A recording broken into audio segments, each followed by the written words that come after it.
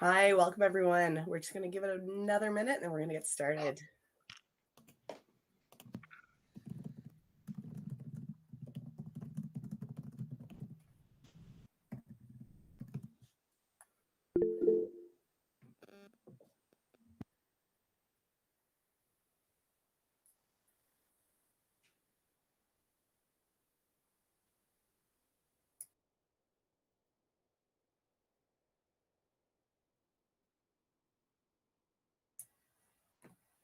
Caldwell Road, only about 20 minutes away from me. I'm on the Eastern Shore.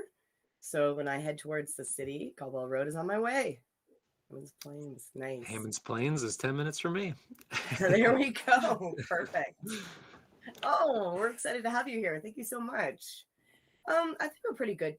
Yeah, I think we should get started. Why not? Okay, so welcome, friends, and thank you so much for joining us again for another Brilliant Labs Maker Fun Live. And today we have a very special presentation for you because we have a very special guest.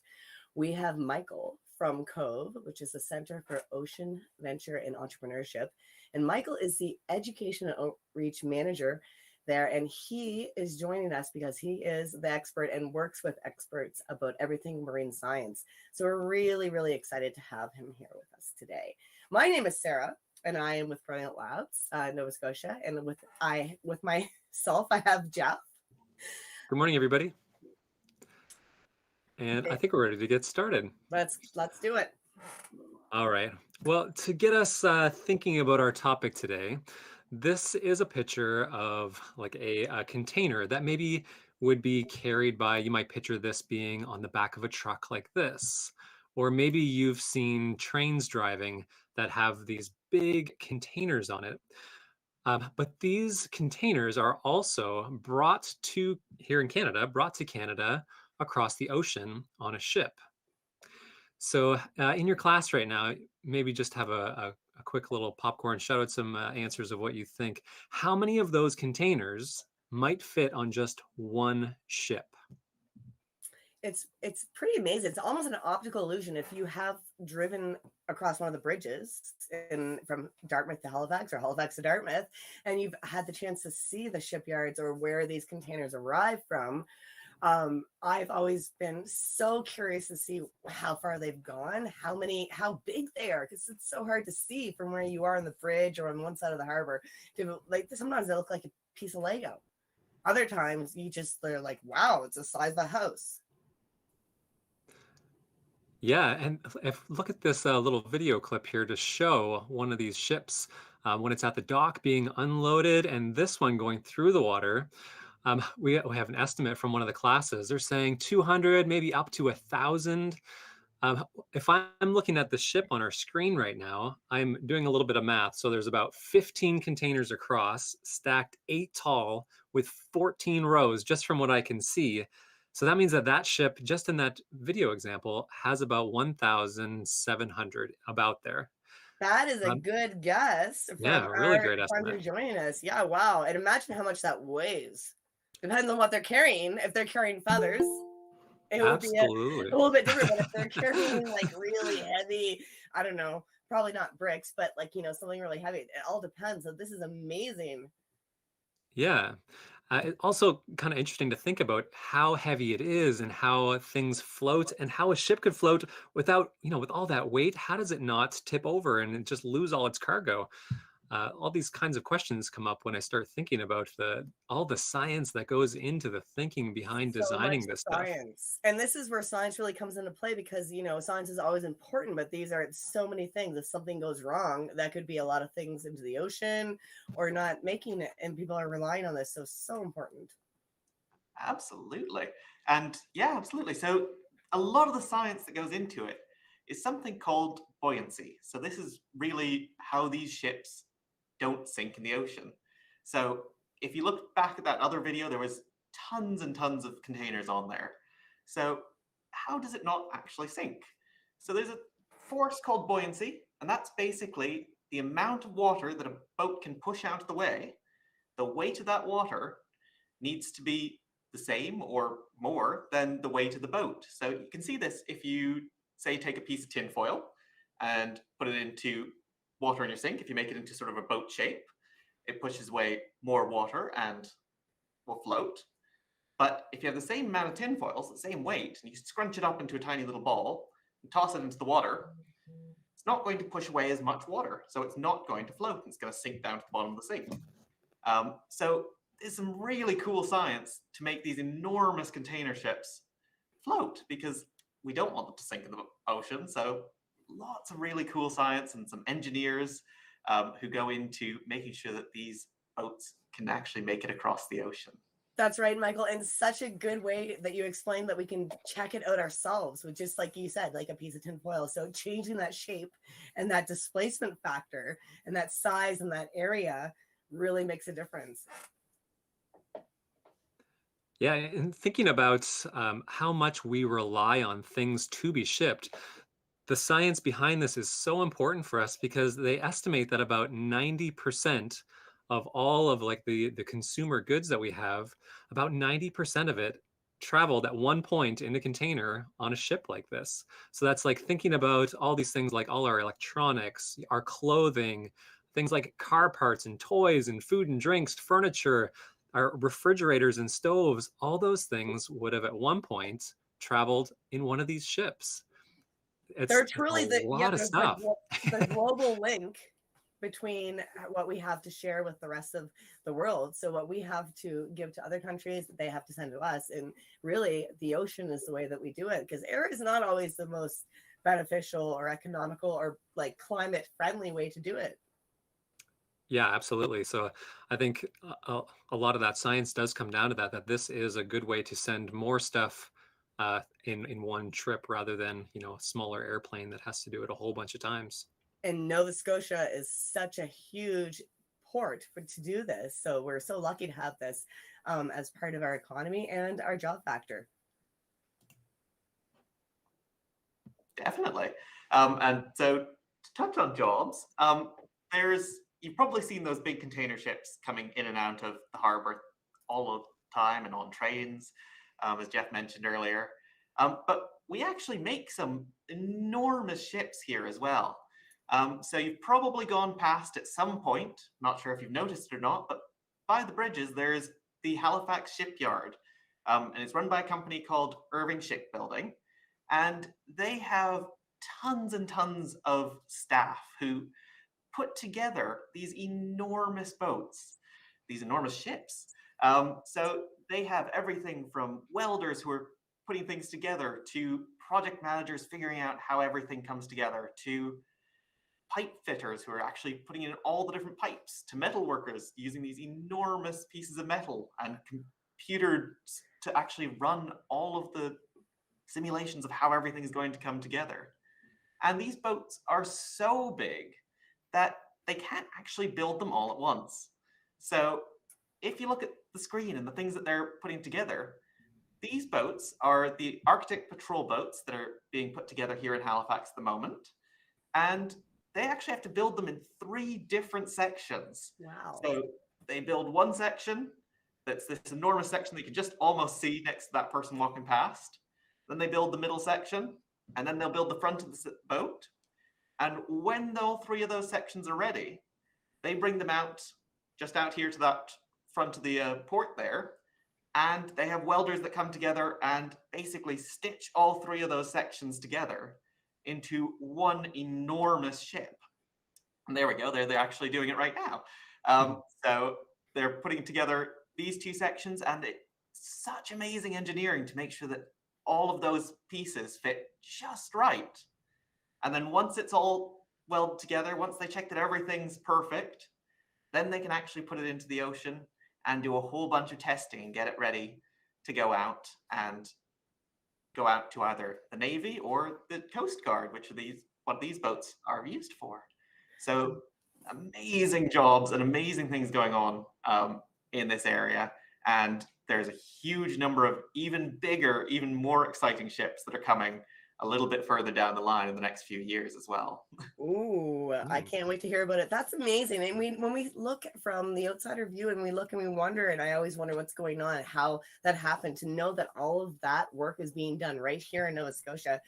it's just amazing. Thank you so much, Michael. I would never have realized how much work and how many people are involved at different levels, and so important. Thank you so much.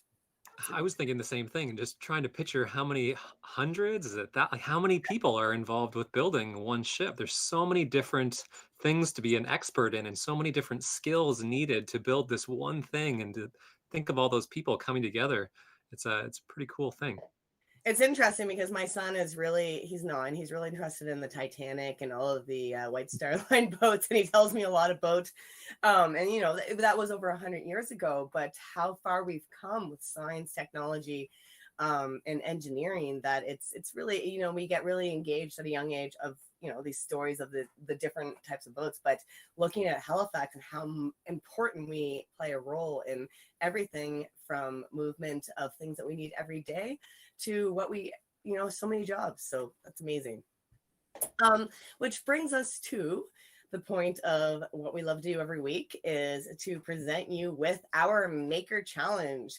So imagine this. You are part of a shipbuilding company, and you've been hired to redesign cargo ships. So just like we saw in our videos and Michael and Jeff talked about, these are key things that we need every day, whether it's food or medicine or things that we need for a house. These are important things.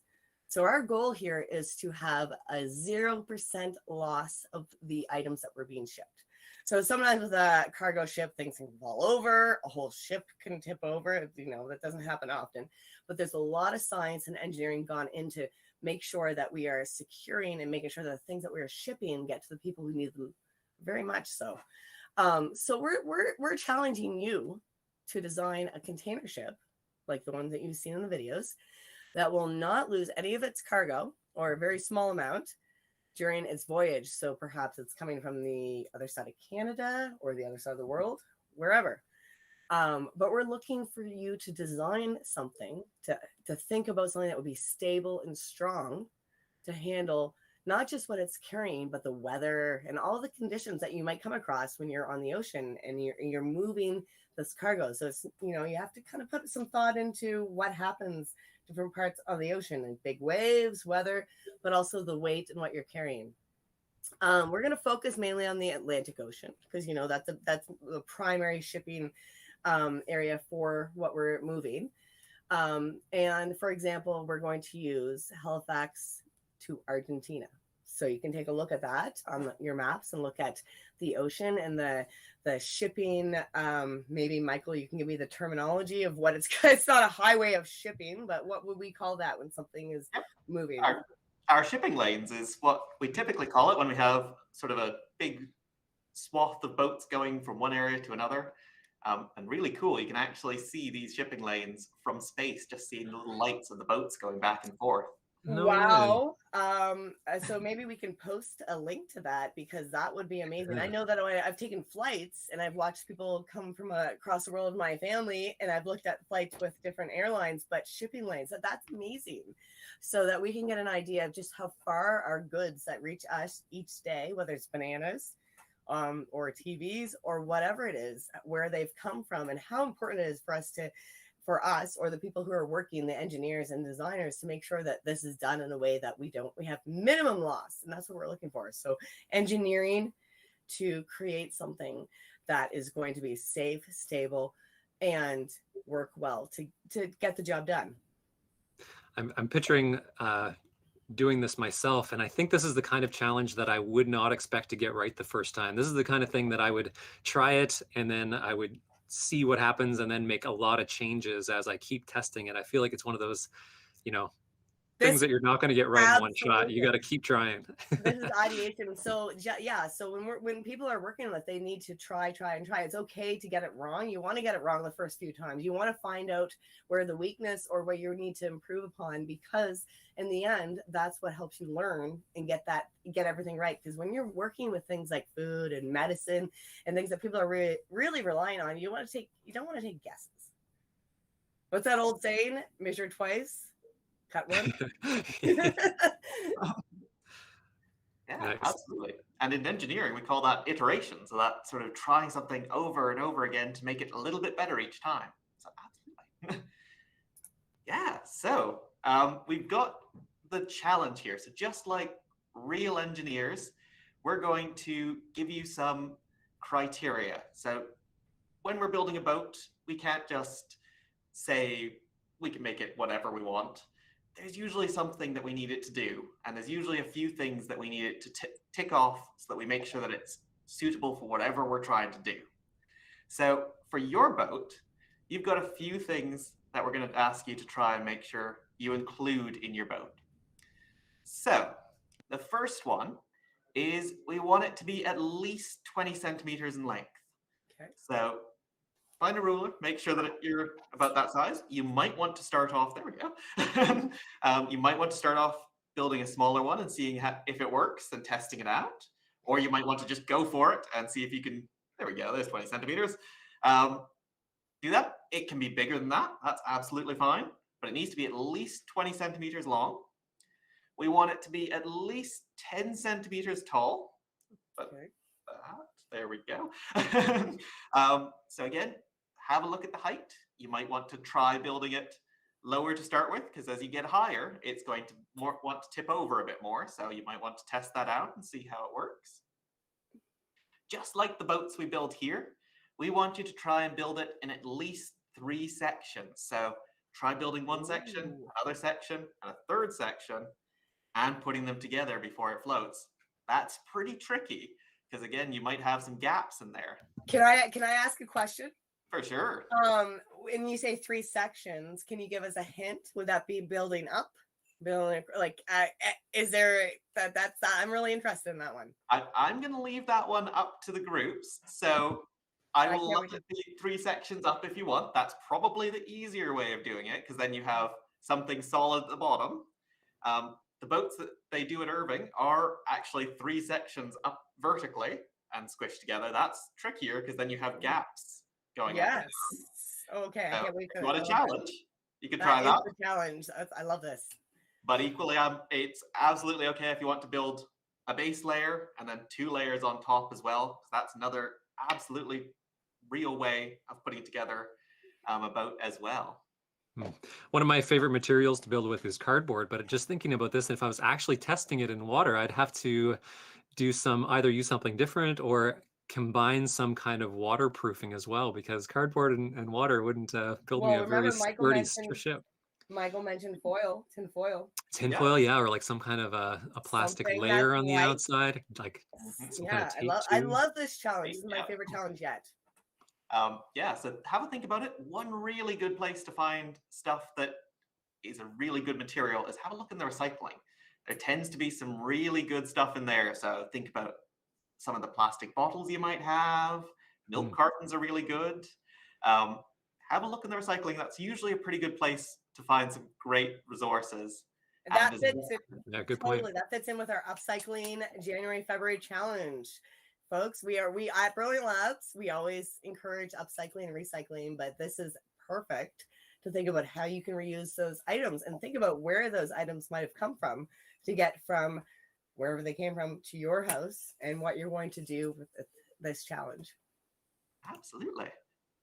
I was just going to say one more thing. Yeah, go ahead. And that's the last bit of the challenge is, again, we're going to try and make a container boat. So we're going to try and make sure that it's able to hold something. So not just being able to float, but being able to float and have some sort of container in it. So we've said about £1 a weight. Have a look around the kitchen. That's usually a pretty good place to find something. So cans are really good as a little weight to put in your boat. But that's the trickiest part, because you might be able to get your boat to float, but see if you can add some sort of weight and see if you can make it so that it doesn't tip over and dump that into the ocean or your sink. So really tricky. You might need to take a few tries at it.